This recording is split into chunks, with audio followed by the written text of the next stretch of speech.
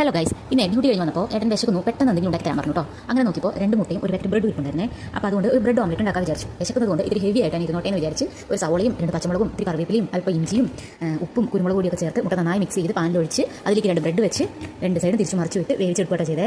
ഇതിനിപ്പോൾ bread omelette എന്ന് പറയുമോ അതോ ബ്രെഡ് സാൻഡ്വിച്ച് എന്ന് പറയുമോ എന്നറിയില്ല. എന്തായാലും നല്ല ടേസ്റ്റ് ഉണ്ടായിരുന്നു കേട്ടോ. അപ്പോൾ വീഡിയോ കണ്ടിട്ട് ഇഷ്ടമാണെങ്കിൽ ലൈക്ക് ചെയ്യണം, ഫ്രണ്ട്സിനും ഫാമിലിയൊക്കെ ഷെയർ ചെയ്ത് കൊടുക്കണം, അഭിപ്രായങ്ങൾ കമൻറ്റ് ചെയ്യണം. പിന്നെ ചാനൽ ആരെങ്കിലും സബ്സ്ക്രൈബ് ചെയ്തിട്ടില്ലെങ്കിൽ അതുകൂടി ചെയ്യണേ. സബ്സ്ക്രൈബേഴ്സ് താരതമ്യേന കുറവാണ് കേട്ടോ. അത് എന്തുകൊണ്ടാണ്? നിങ്ങൾക്ക് നമ്മുടെ ചാനൽ ഇഷ്ടപ്പെടാത്തതുകൊണ്ടാണോ സബ്സ്ക്രൈബ് ചെയ്യാത്തത്? അങ്ങനെയുള്ള കാര്യങ്ങൾ കൂടി ഒന്ന് കമൻറ്റ് സെക്ഷനിൽ പറഞ്ഞേക്കണേ. പിന്നെ ഏട്ടനെ നന്നാക്കിക്കൊണ്ടിരിക്കുന്നത് മുരിങ്ങയിലയാണ് കേട്ടോ. നാട്ടിൽ പോയിട്ട് വന്നപ്പോൾ കൊണ്ടുവന്നതാണ്. മുരിങ്ങയില വെച്ചിട്ട് നമ്മൾ ഒരുപാട് വെറൈറ്റി കറികൾ ഉണ്ടാക്കാറുണ്ട് കേട്ടോ. അതിൻ്റെ വീഡിയോസ് ഓരോന്നായി പോസ്റ്റ് ചെയ്യാം. അപ്പോൾ ആ വീഡിയോയും കൂടി എല്ലാവരും കാണണേ. എനിക്ക് ഒട്ടും ഇഷ്ടമില്ലാത്തൊരു സാധനമായിരുന്നു കേട്ടോ ഈ മുരിങ്ങയില. ഞാൻ കല്യാണത്തിന് മുമ്പ് തീരെ കഴിക്കില്ലായിരുന്നു. കല്യാണം കഴിഞ്ഞ് മക്കളൊക്കെ ആയ ശേഷം കഴിക്കാതെ പറ്റില്ല എന്നൊരു സിറ്റുവേഷൻ വന്നപ്പോൾ കഴിച്ചു തുടങ്ങിയതാണ് കേട്ടോ.